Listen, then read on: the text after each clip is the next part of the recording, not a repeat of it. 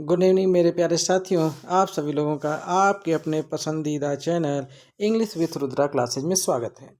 तो साथियों, आज हम आप लोगों के लिए लेके आए हैं अपना दूसरा पार्ट बाल विकास से रिलेटेड हमारा टॉप 20। अगेन फिर से टॉप 20 लेके आया हुआ हूँ। CDP चाइल्ड डेवलपमेंट के कुछ प्रश्न हैं जो कि हमारा दूसरा भाग है, अर्थात दूसरी क्लास है। आप लोग साथियों हमारे पहले क्लास को देखना हो तो आप हमारे बिल्कुल प्लेलिस्ट में जा सकते हैं और उसमें आप सर्च कर सकते हैं। ठीक है साथियों, तो इसमें मैं आप लोगों को टॉप 20 क्वेश्चंस दिया करूँगा पर डे। तो आज भी मैं टॉप 20 लेके आया हुआ हूँ। CTET के लिए इम्पॉर्टेंट है, टेट के लिए, BEd BTC हमारे जो भी साथी भाई और बहन हैं उन सभी के लिए बड़े ही महत्वपूर्ण प्रश्नों की श्रृंखला है। तो साथियों चलिए हम शुरू करते हैं अपने कल के आगे के क्लास को, जो है जहाँ पे हमने कल समाप्त किया था उसी के जस्ट आगे से हम शुरुआत करते हैं। कल हमने 20 क्वेश्चन कंप्लीट किए थे साथियों। आज पुनः 21वें क्वेश्चन से हम शुरू करते हैं। तो हमारा क्वेश्चन 21वां क्या कर रहा है कि अपने छात्रों को समझने के लिए शिक्षक को किस बात का ज्ञान होना चाहिए। अर्थात अगर आप टीचर हैं, ठीक है, और छात्रों की बातों को समझना है। आप ये मान के चलें कि आप as a teacher you are teaching some students, ठीक है, आप कुछ स्टूडेंट्स को पढ़ा रहे हैं।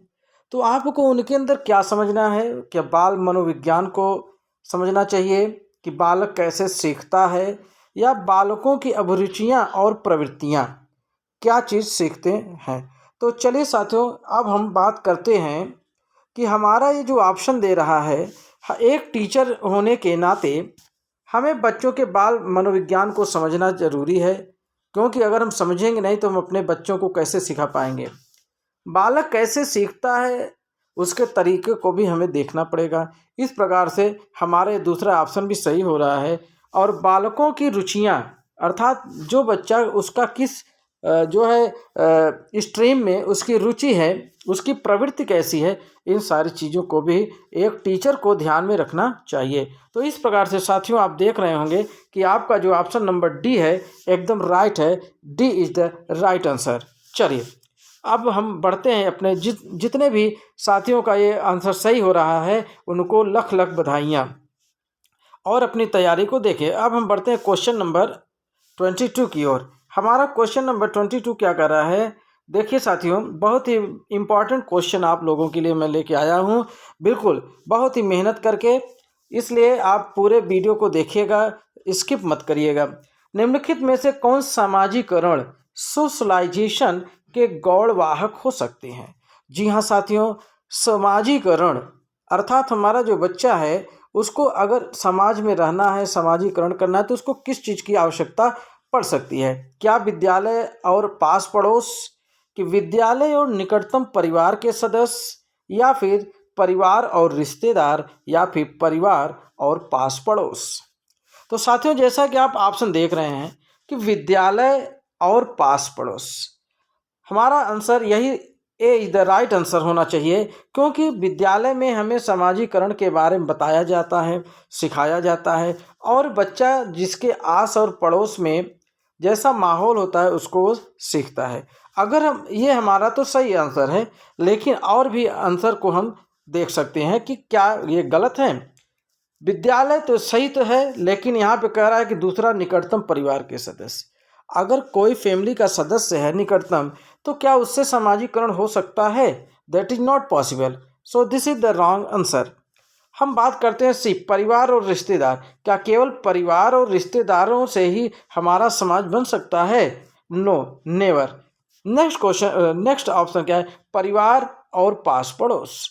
अगर हम परिवार और पास पड़ोस की बात करते हैं तो पास पड़ोस तो सही है, बट हमें विद्यालय की भी ज़रूरत पड़ेगी। हमको सीखेंगे कहाँ, हमारे बच्चे कहाँ सीखते हैं, विद्यालय में ही तो सिखाया जाता है। तो इस प्रकार से हमारा ए इज द राइट आंसर। चलो साथियों, हमारा ये दूसरा भी क्वेश्चन कंप्लीट होता है। अब तीसरे धमाकेदार क्वेश्चन का जो है करिए इंतजार, और आपके स्क्रीन पे आ चुका है क्वेश्चन नंबर 23। देखते हैं हमारे कितने भैया बहन जो है इस क्वेश्चन को सही कर लेते हैं। ग्रामीण क्षेत्रों के उत्थान का लक्ष्य होना चाहिए।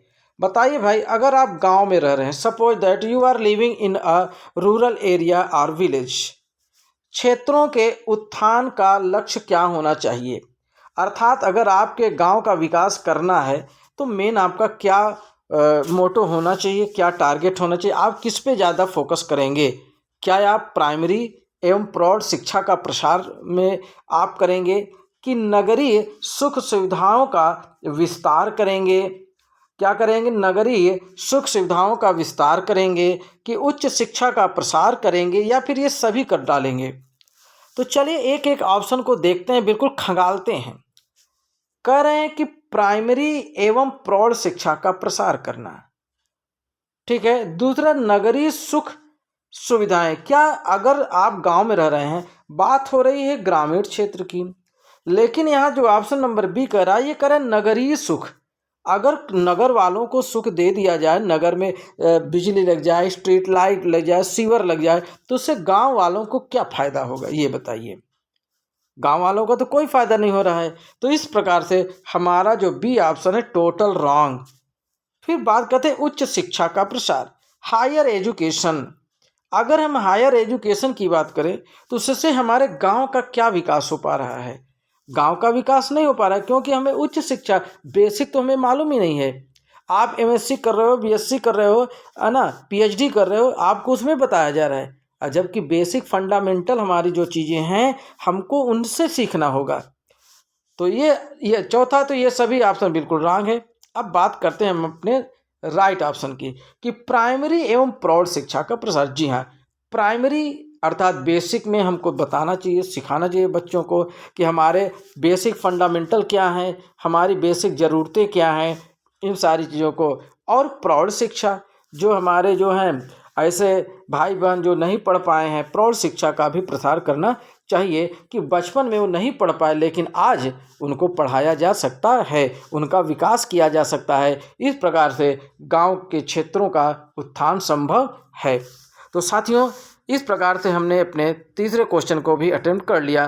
तो चलिए आप लोग बस हमारे साथ इसी तरह बने रहें, और हम आपको अच्छे से अच्छे क्वेश्चन अभी बाकी हैं। अभी तो लास्ट के देखिएगा 5 क्वेश्चन टॉपो टॉप क्वेश्चन रहेंगे, एकदम टॉपो टॉप लल्लन टॉप। चलिए हम बात करते हैं अपने अभिभावक अपने बालकों के लिए टीचर्स से क्या आशा करते हैं।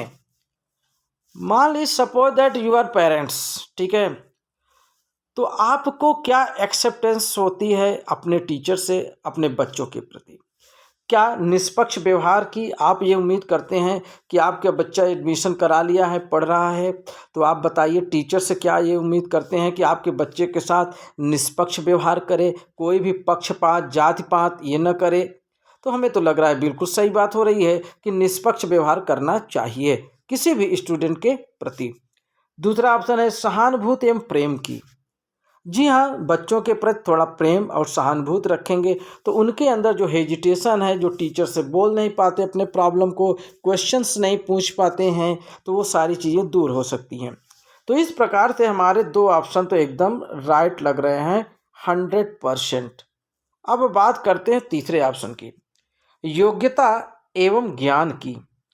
तो योग्यता एवं ज्ञान की एक्सेप्टेंस टीचर से करना, तो ये तो नहीं सही समझ में आ रहा है, क्योंकि हमें अपने बच्चों के प्रति देखना है, ना कि टीचर के अकॉर्डिंग देखना है, ठीक है। क्योंकि हम अब यहाँ पे टीचर के रूप में नहीं है, अब हम गार्जियन बन चुके हैं, तो हम अपने गार्जियन की बात कर रहे हैं। तो इस प्रकार से हमारा जो ए और बी दोनों ऑप्शन दे रहा है डी, यही हमें सही लग रहा है कि ए और बी अर्थात option number D is the right answer. इस प्रकार से हमारा ए बी एकदम करेक्ट होना चाहिए।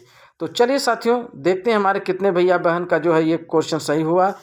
तो जी हाँ, एकदम D is the right answer. चलिए हम बढ़ते हैं अपने क्वेश्चन नंबर 25 की ओर। हमारा क्वेश्चन नंबर 25 क्या कर रहा है कि शिक्षकों को, टीचर्स को राष्ट्रीय भावना विकास अर्थात अपने देश की भावना का विकास करना है, तो उसके लिए क्या कदम उठाना चाहिए। Suppose that you are a teacher and you have to lift the nationality of any persons in your country. शिक्षकों को राष्ट्रीय भावना का आपको विकास करना है तो आप क्या करेंगे? पहली बात कि राष्ट्रीय भाषा का अधिकाधिक प्रयोग करना चाहिए। अर्थात अगर आपकी राष्ट्रीय भाषा हिंदी है और ये कह रहा है कि अधिकाधिक प्रयोग करो, अर्थात हिंदी न हिंदी, हिंदी न हिंदी, अर्थात कि हिंदी का ज़्यादा प्रयोग करोगे तो क्या उससे देश में राष्ट्रीयता की भावना, एकता की भावना आ जाएगी? नो, नेवर, कभी नहीं आएगी। अगर ऐसा ही हो तो क्यों नहीं प्रयोग हो? भाई हिंदी हमारी मातृभाषा है इंडिया की, तो अब क्या हिंदी का प्रयोग नहीं हो रहा है? हो रहा है, लेकिन फिर भी राष्ट्रीयता की भावना नहीं आ पा रही है। लोग गद्दारी कर रहे हैं देश के प्रति। बी ऑप्शन देखते हैं कि विद्यालय में ऐसे कार्यक्रम का आयोजन कराना चाहिए जिससे छात्रों में राष्ट्रीय भावना जागे। तो जी हाँ साथियों, यही ऑप्शन आपका सही ऑप्शन है, क्योंकि विद्यालय में जब प्रोग्राम करेंगे, छोटे बच्चे पढ़ते हैं विद्यालय में, आप बेसिक की बात ले लीजिए तो छोटे बच्चे जब बचपन से ही अपने राष्ट्रीयता के बारे में सोचेंगे, भाईचारा के बारे में सोचेंगे, जात पात से, धर्म से ऊपर उठ करके जब ये सारी चीज़ें देखेंगे तो उनके अंदर बचपन से ही देश के प्रति राष्ट्रीयता की भावना बनती चली जाएगी और इस प्रकार से हमारा देश एक धागे में पिरो दिया जाएगा। तो इस प्रकार से अगर और भी अपने, हालांकि ये तो भी राइट है, सी ऑप्शन देख लीजिए, राष्ट्रीयता के विरोधी तत्वों, अर्थात जैसे विरोधी तत्व जो देश के प्रति गद्दारी कर रहे हो उनका दमन करना चाहिए। भाई आप ठहरे मास्टर साहब, तो मास्टर साहब जाएंगे बंदूक उठा करके आतंकवादियों को ठोकेंगे कि नक्सलियों को ठोकेंगे? है ना, आपका काम मास्टर, आप मास्टर साहब हैं, तो आप बच्चों को पढ़ाएंगे, आप अपने ज्ञान की ताकत से, अपने नॉलेज की ताकत से अंधकार को दूर करेंगे, न कि बंदूक उठा के जाएंगे वहाँ ठाई ठाई करने, है कि नहीं? तो इस प्रकार से हमारा ये ऑप्शन भी एकदम ठाई हो गया। चलिए, पूरे राष्ट्र के लिए एक ही जैसे विषय वस्तु की वकालत करनी चाहिए, तो एकदम टोटल रॉन्ग है, देखने से ही पता चला है। तो इस प्रकार से B is the right option. तो चलिए साथियों हम अपने अगले क्वेश्चन की ओर आगे बढ़ते हैं फटाफट। अभी 20 क्वेश्चन हमको कंप्लीट करने हैं साथियों, तो इसलिए थोड़ा सा स्पीड को बनाते हैं। बालक के व्यक्तित्व के सर्वांगीण विकास, अर्थात उसका सब कुछ विकास करना है और इसके लिए आवश्यक क्या है कि उसकी जानकारी शिक्षकों को हो। किस बात की जानकारी? अगर एक बच्चे का आपको सर्वांगीण विकास करना है तो क्या आप उसके मित्रों के बारे में जानना चाहेंगे कि बताओ बेटा तुम्हारे कितने दोस्त हैं, कैसे कैसे दोस्त हैं, कौन कौन दोस्त हैं, या फिर उसके व्यवहार को जानने की ज़रूरत है कि बच्चा आपका जो है, आपने सर्वांगीण विकास किया तो बच्चा जो है क्या व्यवहार कर रहा है दूसरों के प्रति। आपने तो बहुत सिखा दिया कि बेटा सुबह उठा करो, मम्मी पापा के पैर छुआ करो, तो क्या वह बच्चा, आप पता नहीं करेंगे कि आपकी बात को मान रहा है कि नहीं मान रहा है, या फिर उसके ज्ञान को पता लगाएंगे, या कक्षा के साथियों को कि आज कितने बच्चे आए, कितने बच्चे गए, कितने एब्सेंट हुए। तो बताइए साथियों क्या आंसर सही होगा? B is the right answer, बिल्कुल सही। जितने भाई बहन हमारे बी ऑप्शन पे जा रहे हैं उनका एकदम सही आंसर है, व्यवहार होगा। हमें अपने बच्चों के प्रति व्यवहार को देखना है कि हमने जो सिखाया, जो पढ़ाया, क्या वो व्यवहारिक कर रहे हैं, क्या उसको व्यवहार में ला रहे हैं। तो साथियों इस प्रकार से हमारा ये भी क्वेश्चन कंप्लीट होता है। हम अपने नेक्स्ट क्वेश्चन की ओर आगे बढ़ते हैं। तो चलिए, हमारा सनसनाता क्वेश्चन टपका, चलिए भाई टपक दिया। निम्न में कौन सी शिक्षण विधि जिसमें छात्र अधिक एक्टिव क्रियाशील होते हैं, वह शिक्षण विधि बताइए। ये आप एकदम लल्लन टॉप इम्पॉर्टेंट लगा लीजिए, मोस्ट इम्पॉर्टेंट लगा लीजिए, ये सब क्वेश्चन आते हैं।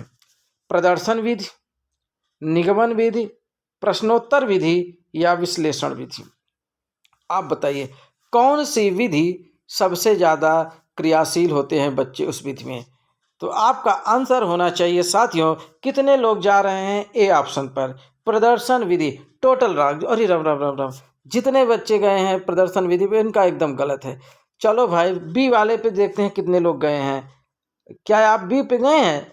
गए हैं बताओ। नहीं, गलत, प्रश्नोत्तर विधि द राइट आंसर। जी हाँ, जब बच्चे प्रश्न अपने से बना बना कर पूछते हैं तो उनका दिमाग भी क्रिएटिव होता है, वो सोचते हैं और फिर प्रश्न बनाते हैं। तो इस प्रकार से प्रश्नोत्तर विधि में वो ज़्यादा एक्टिव होते हैं। तो इसलिए आपका ये ऑप्शन एकदम सही ऑप्शन है और क्वेश्चन नंबर 27 कंप्लीट होता है। क्वेश्चन नंबर हम 28 की ओर आगे बढ़ते हैं और हमारा पड़ाव धीरे धीरे आगे बढ़ रहा है साथियों। बस आप यूं ही हमारे साथ बने रहिए, मंजिल तो आसान हो जाएगी और आप और हम मिल करके बिल्कुल अपने क्लास को कवर कर लेंगे। बाल केंद्रित शिक्षा, चाइल्ड सेंटर्ड एजुकेशन के समर्थक के तौर पर आपके अनुसार निम्नलिखित में से किसका महत्व सर्वाधिक है? आप चाइल्ड यानी कि सेंटर्ड एजुकेशन आप चाह रहे हैं, तो समर्थन कर रहे हैं आप, तो उसमें क्या आप सबसे ज़्यादा इम्पोर्टेंस समझेंगे? शिक्षक बालक के व्यक्तित्व पर्सनालिटी का कहाँ तक विकास कर पाता है? शिक्षक कितना ज्ञानी, आकर्षक और गुण युक्त है? शिक्षक अपने स्कूल को कितना अधिक भव्य दर्शा पाने में सक्षम है? शिक्षक की पहचान का दायरा कितना विस्तृत है? तो साथियों, आप जैसे कि ये ऑप्शन देख रहे हैं, तो अगर हम बात करते हैं कि शिक्षक बालक के व्यक्तित्व पर्सनालिटी का कहाँ तक विकास कर पाया, जी हाँ, बिल्कुल एकदम सही ऑप्शन है कि अगर बाल केंद्रित है तो हमें बच्चों का विकास देखना है। तो बच्चों का पर्सनालिटी, बच्चों का सर्वांगीण विकास कहाँ तक हो पाया, कहाँ तक नहीं हो पाया, टीचर को इसी का महत्व देना चाहिए। एकदम सही है, A is the right answer. B option देख लीजिए कि शिक्षक कितना ज्ञानी, आकर्षण और गुण युक्त है। बिल्कुल गलत, क्योंकि हमको ये नहीं देखना है कि टीचर आज हमारे मास्टर साहब क्रीम व्रीम लगा के आए हैं कि नहीं, फेयर एंड लवली चिपका लिए हैं कि नहीं, है कि नहीं, काजल रोजल लगा के आए हैं कि नहीं आए हैं। तो ऐसे थोड़ी ना आकर्षक हैं, हमें तो बच्चों के लिए केंद्रित शिक्षा है ना, बाकी टीचर के लिए थोड़ी ना है कि फैशन करके आए हैं कि नहीं, जीन्स रफ एंड टफ पहने हैं कि पैजामा पहन चले आए, है कि नहीं। तो चलिए साथियों, इस तरह से हमारा ए इज द राइट आंसर। चलिए अब बात करते हैं हम अपने क्वेश्चन नंबर 29 की। 29 क्या कर रहा है? किसी भी विषय वस्तु कंटेंट को छात्रों को सरलता से सिखाने के लिए टीचर का सर्वप्रथम गुण होना चाहिए। बताइए, छात्रों को आसानी से सिखा सकें तो टीचर के अंदर वो क्या क्वालिटी हो? क्या टीचर आत्मविश्वास से लबरेज हो, कि विषय वस्तु का ज्ञान हो, कि प्रभावी अभिव्यक्ति हो या सहृदयता हो? बताइए किसका ऑप्शन सही है। तो चलिए हम अपने पहले आत्मविश्वास की ओर बढ़ते हैं। अगर टीचर के अंदर आत्मविश्वास है लेकिन वो अपना प्रेजेंटेशन बच्चों के सामने सही से नहीं कर पा रहे हैं तो बच्चों को समझा नहीं पाएंगे। तो जब बच्चे समझ नहीं पाएंगे तो बच्चों का विकास कहाँ से हो पाएगा? इसलिए आत्मविश्वास गलत हो गया। विषय वस्तु का ज्ञान होना, अगर विषय वस्तु भी आपको आ रही, मान लीजिए suppose that you are English teacher but and you have some knowledge related to your subject, but you have not knowledge of expression, knowledge of presentation, how to teach to children। आप बच्चों को कैसे पढ़ा रहे हैं, आपके पास वो method नहीं है, तो किस प्रकार से आप अपने नॉलेज को दिखा पाएंगे? तो ये भी आपका गलत हो गया। प्रभावी अभिव्यक्ति, जी हाँ, इम्प्रेसिव प्रेजेंटेशन, अगर आप प्रभावशाली तरीके से बच्चों के सामने उनको अंडरस्टैंड करवा पा रहे हैं तभी तो अब बच्चे का विकास हो पाएगा। इस प्रकार से आपका option C is the right answer. 29। Now you are going to question number 30।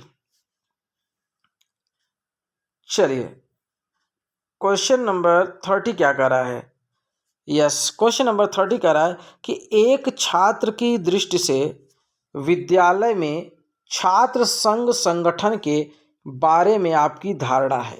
छात्र संघ संगठन समझ लीजिए क्या है छात्रों, दोस्तों, भाइयों बहनों। छात्र संघ संगठन जो कॉलेज में इलेक्शन वगैरह होता है, अध्यक्ष चुने जाते हैं, छात्रों में मंत्री, महामंत्री आदि चुने जाते हैं, तो यही चीज़ है।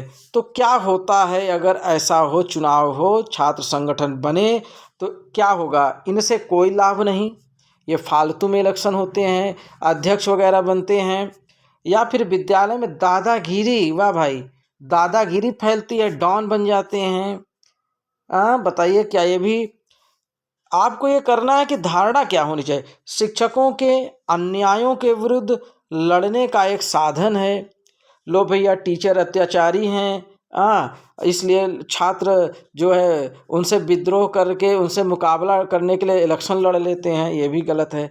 तो आपका option number D, I think this is the right answer.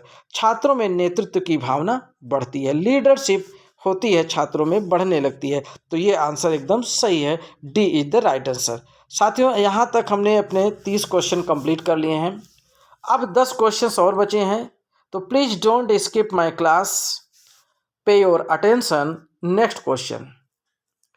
चलिए हम अपने नेक्स्ट क्वेश्चन की ओर आगे बढ़ते हैं। हमारा नेक्स्ट क्वेश्चन क्या कर रहा है? Question number 31। पाठ्यक्रम निर्माण करिकुलम कंस्ट्रक्शन में किस बात को मुख्य रूप से ध्यान में रखना चाहिए? अगर आप पाठ बना रहे हैं, पाठ्यक्रम बना रहे हैं, सिलेबस बना रहे हैं, तो आप क्या मेन चीज़ आपके दिमाग में क्या होगा? शिक्षा के उद्देश्यों को आपके दिमाग में उसकी बात होगी कि शिक्षा का उद्देश्य कैसा होना चाहिए, या छात्रों की आवश्यकताओं, रुचियों एवं योग्यताओं को ध्यान में रखेंगे, या शिक्षण अनुसंधानों को रखेंगे? तो सीधी सी बात है, आप पाठ्यक्रम बना रहे हैं तो मेन तो आपका शिक्षा का उद्देश्य होना चाहिए कि हमारा शिक्षा का उद्देश्य क्या है, हम जो पढ़ा रहे हैं यह किस लिए पढ़ा रहे हैं, इसका मेन टारगेट क्या है। दूसरी चीज़ कि छात्रों की आवश्यकताएं, उनकी इंटरेस्ट को देखते हुए हमें पाठ्यक्रम को बनाना चाहिए, जिससे कि बच्चा इंटरेस्ट लेकर के उसको पढ़ सके। हमें शिक्षण अनुसंधानों की ज़रूरत नहीं है। हमें अगर बहुत वीआईपी 5 मंजिला अगर स्कूल नहीं है, तो भी हम एक छोटे से स्कूल में, छोटे से कमरे में भी हम बच्चों को अच्छी शिक्षा दे सकते हैं।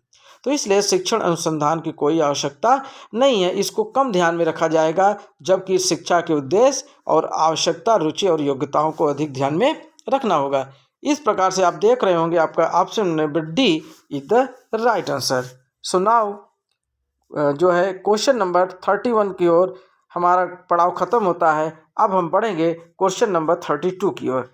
बस कुछ ही क्वेश्चन बचे हैं साथियों। इसी तरह आप बिल्कुल हिम्मत मत हारिए, आपको बहुत अच्छे अच्छे क्वेश्चन मैं ला के दे रहा हूँ। आप बिल्कुल स्किप मत करो वीडियो को प्लीज़, और पूरा का पूरा आप क्लास अटेंड करिए। देखिए आपको इतने अच्छे क्वेश्चन मिलेंगे कि परीक्षा में आने वाले क्वेश्चन निःशुल्क और अनिवार्य, राइट टू एजुकेशन 2009। देखिए कितना लाजवाब क्वेश्चन आ गया भाई। प्राइमरी शिक्षा लागू होने के फलस्वरूप, जब प्राइमरी शिक्षा 2009 लागू किया गया, निःशुल्क और अनिवार्य शिक्षा, तो पहले तो क्वेश्चन देख लीजिए, यहीं से बन रहा है कि निःशुल्क और अनिवार्य शिक्षा यह कब लागू किया गया? 2009 में। तो इसका क्या परिणाम निकला? लागू तो कर दिया गया, निःशुल्क फ्री में पढ़ाई होना और अनिवार्य पढ़ाई होना, तो क्या फ़ायदा हुआ? बालकों में साक्षरता बढ़ी, ऐसा करने से बालक और पढ़ने लगे। कि ग्रामीण क्षेत्रों में साक्षरता बढ़ी, कि ग्रामीण में जो बच्चे गांव में खेलते कूदते थे, स्कूल नहीं जाते थे, तो जब निःशुल्क हो गया तो बच्चे स्कूल जाने लगे। तो उनमें जब अगर उनकी साक्षरता बढ़ गई तो गांव की भी साक्षरता बढ़ गई। तो ये भी आपका सही है। अब देश में साक्षरता बढ़ी और फिर उसके बाद देश में साक्षरता बढ़ गई। जी हाँ, जब बालक में साक्षरता बढ़ी तो गांव में बढ़ गई, और जब गांव में बढ़ गई तो देश में भी बढ़ गई। इस प्रकार से आपका option number D is the right answer. D आपका एकदम सही है। चलिए हम नेक्स्ट क्वेश्चन की ओर आगे बढ़ते हैं।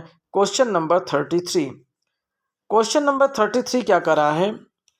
शिशुओं के लिए, बच्चों के लिए शिशुशाला प्ले ग्रुप में आवश्यक है। क्या आवश्यक है भाई? खेल के अवसर प्रदान करना। अब प्ले ग्रुप आप अपने दिमाग में ये रखिए कि प्ले वे मतलब स्कूल है, उसमें क्या करती है? खेल के अवसर प्रदान करना, सामान्य जीके पढ़ाना, कि भाषा लैंग्वेज पढ़ाना, कि कहानी सुनाना। क्या किया जाता है भाई प्ले ग्रुप स्कूल में, क्या आवश्यक है?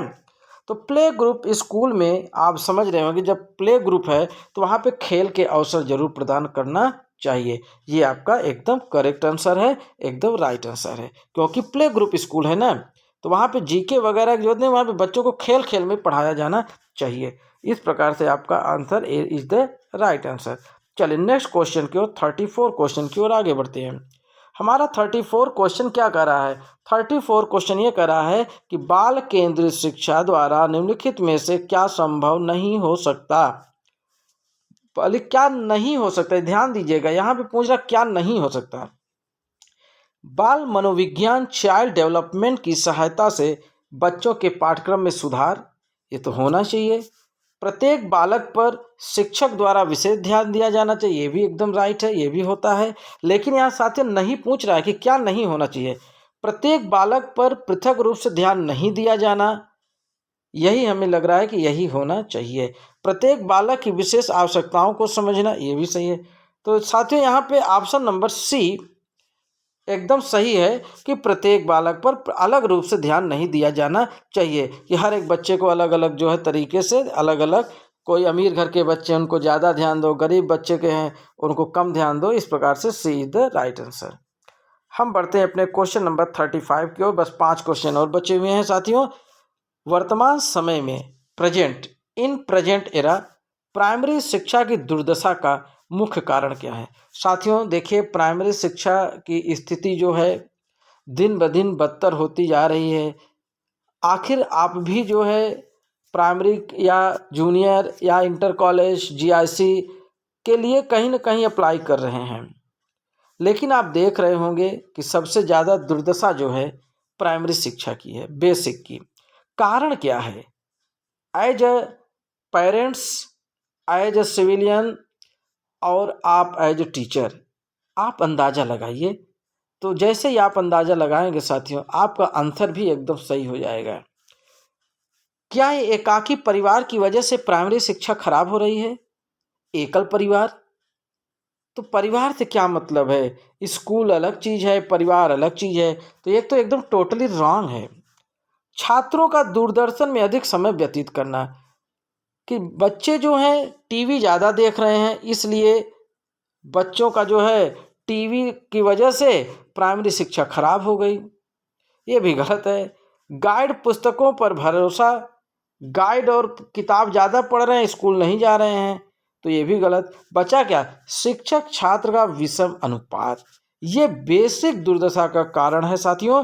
कि आज भी आप देख लीजिए कि चाहे प्राइमरी स्कूल, आपके अपने गांव के स्कूल को देख लीजिए और वहाँ पे देखिए कि बच्चों कितने बच्चे हैं और उनके अनुपात में टीचर कितने हैं, तो आपको अंदाज़ा लग जाएगा कि क्यों इतनी ज़्यादा दुर्दशा है। इस प्रकार से क्वेश्चन नंबर 35 का D is the right answer. हम बढ़ते हैं अपने अगले क्वेश्चन की ओर। Question number 36।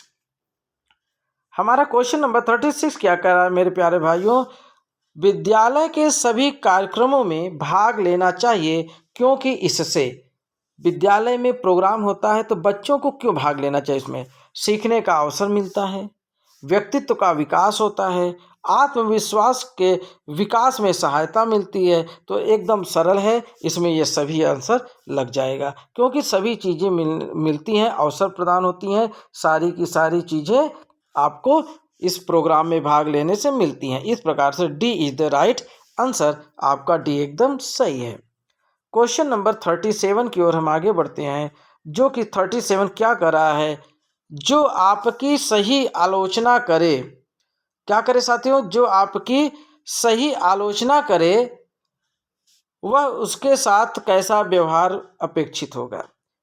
एक मित्र के रूप में आप व्यवहार करेंगे, एक मूर्ख के रूप में, या एक आलोचना के रूप में, या इनमें से कोई नहीं। अगर कोई व्यक्ति आपको आलोचित कर रहा है, आपका क्रिटिसाइज कर रहा है, तो आप याद कर लीजिए, कबीरदास जी का एक दोहा है, निंदक नियरे राखिए। तो अगर आप निंदक हैं तो उनको नियरे रखिए, माने उसको करीब में रखें, तो आपकी सारी कमियों को बताएंगे और इस प्रकार से आप सारी कमियों को दूर करके एक अच्छे नागरिक बन जाएंगे। तो आप देख लीजिए, बिल्कुल एकदम सही, एक मित्र के रूप में। कैसे साथियों? एक मित्र के रूप में आप अपेक्षित रहिए, क्योंकि अगर वो आपकी आलोचना कर रहे हैं तो आपको अच्छा बनाने का प्रयास है ये, और इससे आप उनको जो है ना तो मूर्ख साबित कर सकते हैं और ना तो जो है आप उनको शत्रु मान सकते हैं। वो आपके मित्र के रूप में रहेंगे, तभी आपका भला हो पाएगा। 38 क्वेश्चन, छात्रों में अनुशासन बनाए रखने के लिए एक शिक्षक की कौन सी भूमिका सराहनीय है? आप क्लास में पढ़ा रहे हैं और डिसिप्लिन की बहुत ज़्यादा ज़रूरत है, तो आप बताइए क्या करेंगे? शिक्षक की अपनी योग्यता दिखाएंगे, शिक्षक का विचार देखेंगे, कि शिक्षक का व्यक्तित्व देखेंगे, कि शिक्षक की कक्षा प्रबंध की क्षमता देखेंगे, कि टीचर जो है अब कक्षा में कैसी किस प्रकार की तरीके को अपनाते हैं कि जो है बच्चे सभी डिसिप्लिन में रहते हैं। तो साथियों एकदम देख के ही पता चल रहा है कि आपका answer number D is the right answer है, इसमें कोई शक नहीं है।